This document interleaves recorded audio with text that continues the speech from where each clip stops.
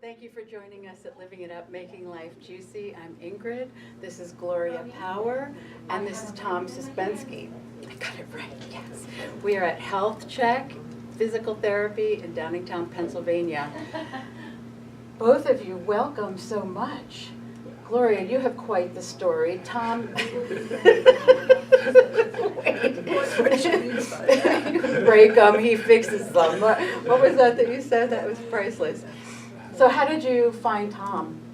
Well, we've known each other for many years through other therapies, and I needed to have some stability to my lifestyle, so Tom was the person I turned to so that I would be able to walk safely and not trip and fall, which is one of the hazards of being a mature person.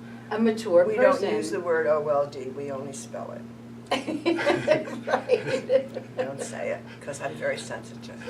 Okay.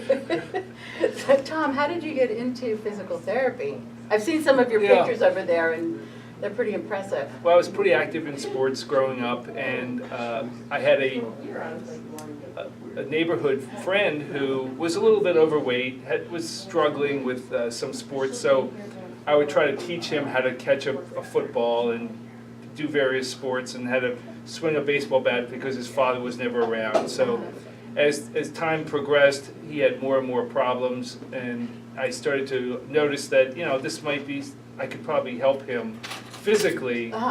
So I showed him how to do some exercises and that sort of thing. And then when I was in elementary school, I also had a friend whose father was a physical therapist in New York, and he worked with children. He was a pediatric physical therapist. So I went to New York, saw what he was doing, and I kind of got hooked on the whole profession. I thought it was great to be able to see people with physical issues that you could correct and make a difference. Nice. So you started like really young. Wow.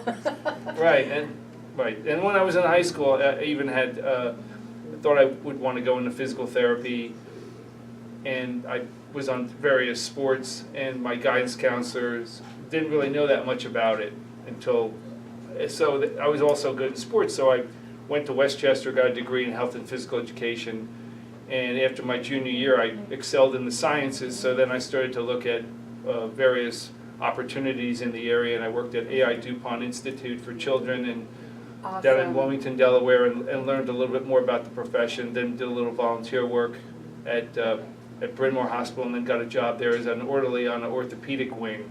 Excellent. So I got able to use some of my physical education background with some of the science that I learned. Wow. And that's what got me interested. Wow. So he'll let you speak, don't worry. Very good. I mean, this is quiet as I've been in a long time. I know. I thought I wouldn't get a word in edgewise with her. So Tom, you have a program on for mature people? Mature. Which Gloria is taking. Is that right? Did I get that right? It's an exercise program. A lot of times people go through physical therapy. They improve their ability to walk, go up and down stairs. All things that are related to function, Right. Can I still do the things I did 20 years ago? Can I get out of a car and be able to walk upright? Can I go up and down the stairs without pain?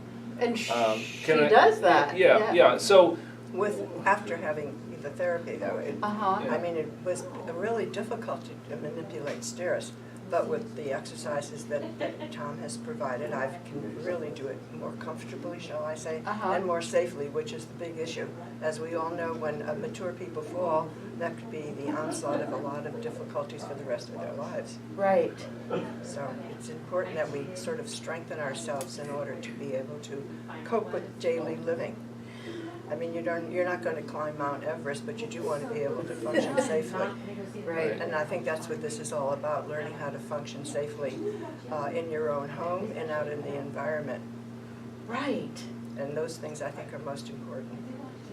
Right. Besides keeping the mind active, you do so much with the, Immaculata College, the courses Yeah, I've there? taken some courses over there that are geared for people over 50, which I just was able to manage to hit 50. And I think you a little bit to left, but anyway, it's important, I feel, to keep your mind as active as you keep your body. And if you don't have the right attitude about yourself, no matter where you are on the scale of life, you're not going to make it. You have to have a very positive attitude. Happiness is not something you buy in a prescription bottle, it's something that you can do for yourself. And you really don't need to depend on anyone else. But you have to keep your mind as well as your body active, or you will become a vegetable. True. And that's what's happening to a lot of old people. Oh, I said that bad word. But that's We what only happened- spell that word, she said, O-L-D. But that's what happens to a lot of mature people. They just throw in the sponge and they expect it all to, well, it's going to happen to me. I'm just going to sit here and let it happen. And if you don't have a positive attitude and a mental attitude, you know, you have to read, you have to participate in activities with other people. If you don't have that interaction with other people, what good is it? You know, but you can't be a hermit and have a successful life. I think everyone ought to get up every day and thank the Lord for the day, and then be grateful for everything that's going to happen during the day, because they have to remember they're never walking alone. They always got the good Lord to help them. And with the right attitude and physical and mental, there's no reason why you can't have a good time. Excellent. And fun is a big part of that. So Absolutely. I know Tom, well, I've been to Tom for a PT for my back. Speaking of backs, does he have a name? Oh, this is Henry the Spine. Henry the Spine. Henry the Spine has deemed us worthy to join us today. Yeah. And so I had lower back issues, and Tom really helped me out with that. And then I also had neck surgery, big neck surgery, and you really helped me with that. Oh, thanks. Yeah, no, thank you. Because there, again, there's that quality of life and not giving up, you know, and a lot of people do give up, like you said, you know, and I've seen people who are just turned 60 and they consider themselves old and they just start to wither, and, you know, it's like 60's young, you know? Right. I can't even remember being 60. Yeah, must be that. But a lot of times people come in with back pain and they're given exercises, they do real well. Then they're at the point where we can discharge them to a gym, but they're not really ready for a gym. They still want to be here, and that's why we developed this exercise program. After physical therapy, they can still come in, people can still come in, they can still do balance drills, walking drills, they can still work on their core muscles. And it's very important because I've been to larger gyms where people are generally discharged to, and they don't have the supervision, and they don't know anything about the background, what they went through in their physical therapy when they were in a lot of pain and had a lot of problems. Yeah. So we bridge that gap. Yeah, and I think that there are a lot of issues that you want to go to a physical therapist to first. You know, you don't want to deal with it yourself, and you don't want to, you know, because you just don't know. So you need to go to a physical therapy, and I highly recommend you and Health Check here in Downingtown, Pennsylvania. Tell us about Henry the Spine. Okay. And issues that happen as we age. Exactly. As we age over years, the spine changes in terms of, you know, what it looks like when you're real young and you're in your teens. You have a disc between every vertebrae, and that's the disc that actually separates each vertebrae, and it acts as a shock absorber. And in there is material that actually is like a jelly mass that's about 100% water, and then over time it starts to dry up and you start to lose disc height, and the disc degenerates, just like, you know, your body degenerates over time. And one of the things that happens is people have back pain. 8 out of 10 people have back pain. And when they start to have back pain, it also affects the spinal nerves, and the spinal nerves often go to the legs, the hips. So that would present itself as like numbness down the numbness, legs. pain, and with the spine, what you're trying to do is the body has to have this is the, you know, infrastructure for the spine, the spinal column, and then you have muscles around it that need to be strengthened so that it puts the spine in the correct posture. If someone is bent forward all the time like this, they're going to have a lot of strain on their back. So they have to learn how to strengthen their abdominal muscles, their hip muscles. So generally what we see is we'll see people have back pain, and they say they've learned to live with it. You know, it's always, it's just a sign of getting old. But what happens is, if you let it go too long, then you start to get hip weakness. When you start to get hip weakness, you start to have problems walking. You have trouble walking, your legs get weaker, you start to have balance. And in America, the average fall costs us $37,000, the average cost. And and once you fall, break a hip or break a vertebrae, you know, then you can't be active. Then other things start to go. Right, everything just crumbles. Right, so it's very important to, you know, to get the right kind of evaluation on your spine. And we often will, a person will come in and they'll say, you know, they want to order an MRI, and we'll say, you know, well, let's do an examination. Let's look at how you move, how you walk. Let's check your reflexes, see whether they work. We'll check your muscle strength. Do you have any numbness or tingling or pain that's going down in the various areas? And we can determine what nerves are involved, and actually save the person a lot of time and aggravation trying to go to doctors who may not have the time to really do a full evaluation. And you walk in the office.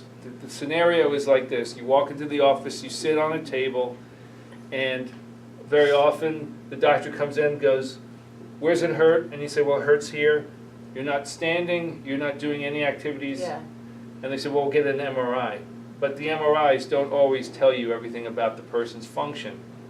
And that's what we're worried about. Are they going to be able to function? Are they going to be able to do the things they want to do and not have as much pain?